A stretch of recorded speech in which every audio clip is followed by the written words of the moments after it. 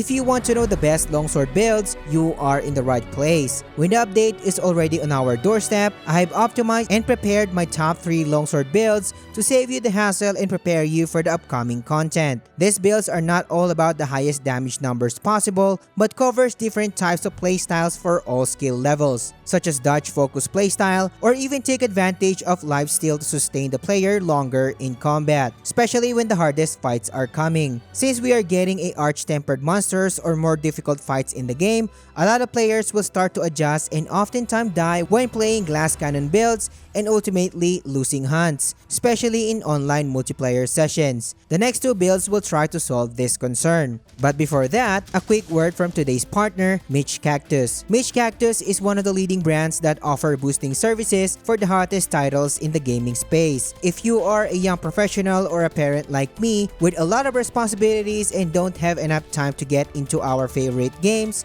Mitch Cactus has you covered, especially in Monster Hunter Wilds. Mitch Cactus is here to boost your progress by getting all of the best items in the game or earn tons of the best decorations and ancient weapon fragments for your artisan crafting needs. Take your game to the next level by getting their safe and secure and ban-free services through 100% legitimate in-game grinding. With more than 15k verified reviews in Trustpilot, you are in safe hands. Skip the grind today and grab a limited time discount with the code SAMURAI, link in the description, only for you, my lords and ladies. For more details, head to the description, and thank you Mitch Cactus for sponsoring this video. The Evasive Samurai builds focuses on staying alive in long fights by performing optimized and efficient dodge rolls. This build is also equipped with decent firepower, perfect for beginners or the general player base who are still adjusting to the game. Build the Evasive Samurai by starting with its weapon first, and of course, we are still going to use artisan weapons in this lineup, as nothing can beat its offerings when I made this video. Craft an artisan weapon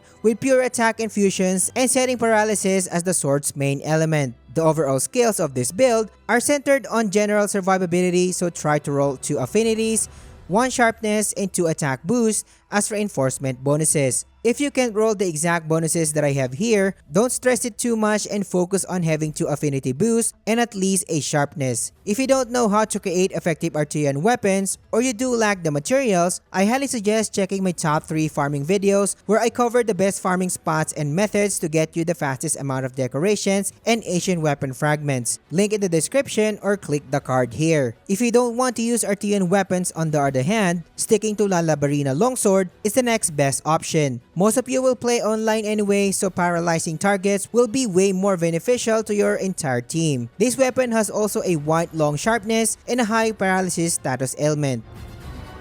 For the armor pieces, slot in Gorehelm Alpha, Goremail Beta, Guardian Arkfeld Van Braces Beta, Gorecoil Beta, and Goregreaves Beta. For the talisman, slot in Exploiter Charm 2. For easy weakness exploit levels, it provides. Corrupted Mantle is going to be our choice here, even though the nerf is on its way. I doubt that there will be a great replacement soon. If you want to explore this build's nature further, the Evasion Mantle will grant you a special evasive maneuver when dodging right before an attack, then buff you in the process. The timing is a little bit demanding, so if you don't want to time in your dodge rolls, the Rocksteady Mantle is a good general choice, especially for beginners. This mantle reduces damage taken and provides hyper armor and protects the user from other elements as well. Decorations comes next, and slot in Critical Jewel 1 and 2 to your artisan weapon and an Expert Jewel 3.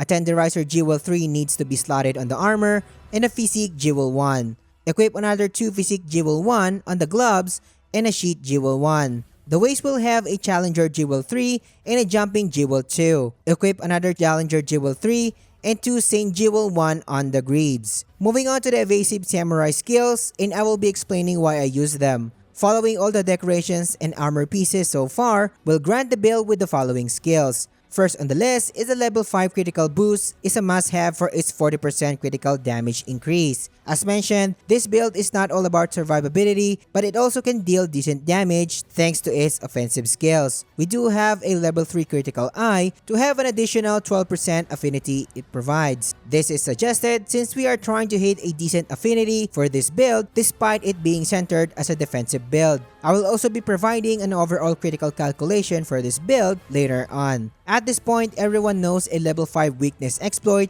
should always be in a character build. especially the 30% added affinity this skill provides when hitting enemy weak points, and you get another 20% more affinity when hitting wounds. This skill is simply hard to ignore. A level 5 constitution is subjective and can be changed anytime. It reduces fixed stamina consumption by 50%, perfect for this build's main design, which centers around evasion. This skill is for players who are working on their timings when dodging enemy attacks and tend to spam rolls. Additional note is that Constitution stacks with a food skill black belt, so you can either stack them or reduce a level of the Constitution later on. Next is a level 5 evade window, which is the main selling point for this build. It massively increases your iframe window when dodging. The main point of this build is to give the user room to adjust, especially when trying to learn difficult fights. It is likely that monsters can already 1 or 2 shot players in the upcoming content, so this skill will offer a lot of value, especially to beginners. We are wearing 4 pieces of the gore set, so having a level 3 antivirus is an absolute must. It will help you overcome frenzy easily, and upon recovering from this status ailment, you will be getting an additional 10% affinity. The 15% being shown here is a typo from Capcom, so keep this in mind. Since I focused this build more on survivability,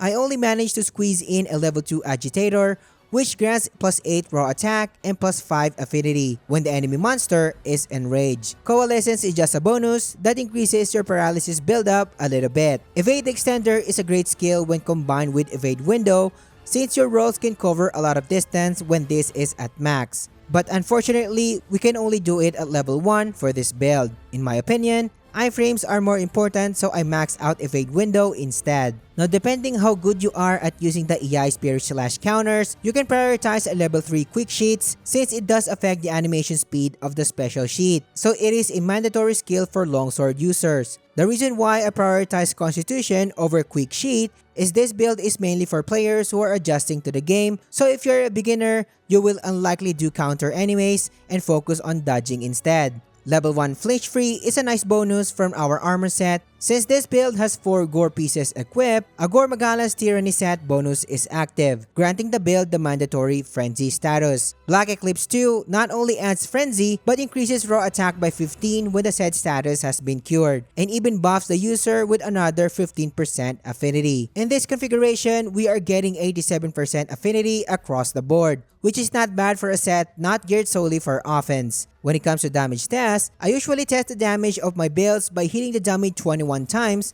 in multiple runs and get the average. All skills are active, while food buffs and Mega Demon Drug are also applied to the test as well. Performing the Crimson Slash 1 and the Spirit Blade combo, we can see that DPS range is around between 2,150 to 2,250 after several test runs. Pretty not bad for a utility build.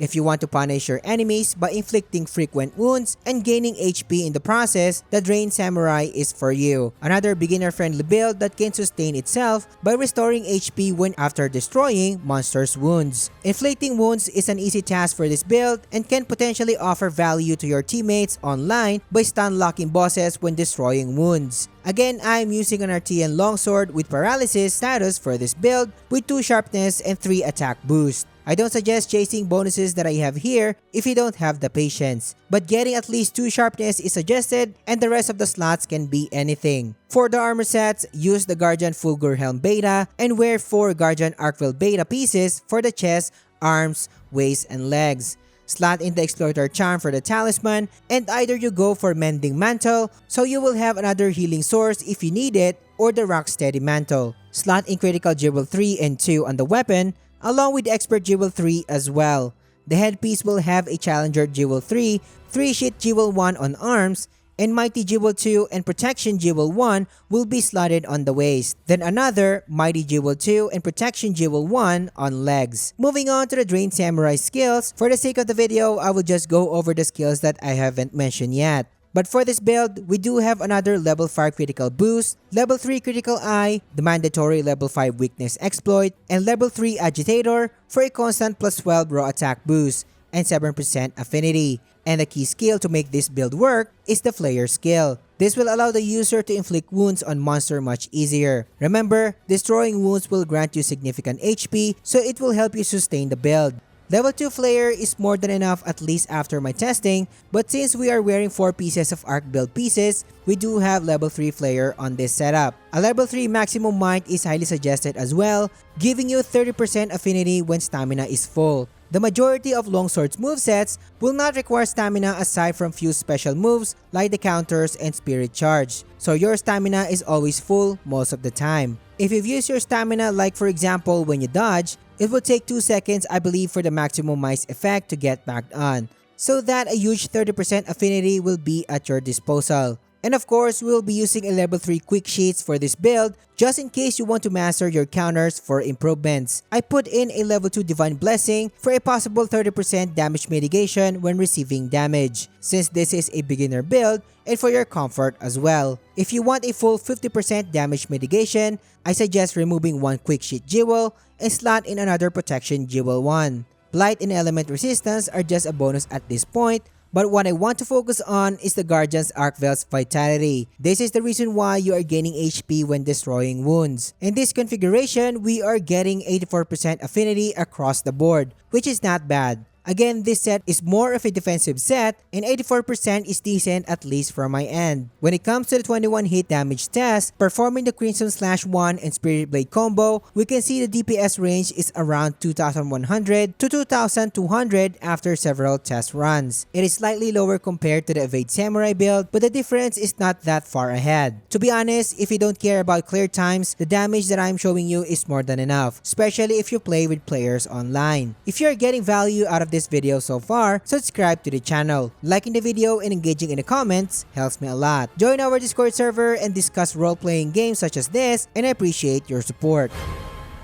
But of course, we will not end this build guide without a pure damaging build, and the Damage Samurai will have the best offensive skills around, capable of dishing high damage numbers as expected. Assuming you improve over time and want to take the next level, I suggest using this build. This is also my most used build compared to the other ones because of its sheer firepower. For the armor sets, equip G Fulgur Beta, Arc Vulcan Male Beta, G Arc Van Braces Beta, Gore Coil Beta, and Gore Greaves Beta. Wearing again an Exploiter Charm 2 and a Corrupted Mantle is an absolute must. Moving on to decorations, and before you ask why do I have an Attack Jewel 3 and 2 slotted in, I do have a pretty good reason behind that later on. Then a Critical Jewel 3 will be slotted in as well on the weapon. Equip a Mighty Jewel 2 on the headpiece, a Challenger Jewel 3, and another Mighty Jewel 2 on the armor piece. Slot in 3 Sheet Jewel 1 on the gloves and another Challenger Jewel 3 and Mighty Jewel 2 on the coil. Lastly, equip Chain Jewel 3 and 2 Saint Jewel 1s on the leg piece. I do have 2 sets of skills that I usually run. Mainly the changes only applies to decorations attached to the weapon, and I do have 2 variations for my Artians as well. The first Artian weapon has attack jewels levels 2 and 3, giving the build a level 5 attack boost, which grants 4% more attack and another +9 raw attack, following up with Critical Jewel 3. Since we do not have any kind of sharpness improving skill, my suggested reinforcement bonus for this one is 2 sharpness and 3 attack bonuses. The second set of Artian has Critical Jewel 2 and 3 and a Master Jewel 3. Master Jewel 3 will provide Master's Touch, will give you an 80% chance to not lose any sharpness when dealing with critical hits, which is going to be 100% all the time when using this build. So it will take a while for the white sharpness to reach its blue territory. I suggest 4 attacks and 1 sharpness if you can for the bonuses. Again, all of my Artian bonuses suggestions in this guide are completely optional. Just make sure you do have 1 sharpness for this. The reason why I included 2 variation is that depending on your skill level, your set may change. Weakness exploit skill, as we've discussed, requires the user to hit monsters' weak points constantly, and if you fail to do this constantly, you are losing a lot of damage since it is likely that you are not dealing with critical hits. But having an attack boost level 5 gives you a constant damage increase regardless of where your attacks are landing on your targets. So if you are an advanced player and you can maintain hitting monsters on their weak spots, I would suggest using the level 5 critical boost setup. Another notable skill is level 1 burst, which provides +8 raw attack after dealing 5 consecutive hits. Longswords typically deals multiple hits easily, so you will be benefiting a lot from this skill. As for why the skill should remain at level 1 warrants another video. In this configuration, we are getting an insane 100 100% affinity across the board. So you will be shredding enemies like crazy if you will be able to utilize this build to the full. When it comes to the 21 hit damage test, performing Crimson Slash 1 and Spirit Blade combo, we can see that the DPS range is around between an insane 2,300 to 2,400 plus after several test runs for both critical boost and attack setup. Of course, you will be seeing better numbers slightly from the critical boost setup. My personal fastest clear for rank 7 arc build on the other hand, when using the attack set, is around 5 minutes, showing this set is a killer. But I know a lot of people can do better with 2 to 3 minutes of clear time, but either way, you can never go wrong in either of these builds. But what if you do lack decorations and Artillery Fragments materials to make all of these builds? These videos will help you get the materials as fast as possible or teach you how to create the best weapons in the game. And I will catch you on the next one.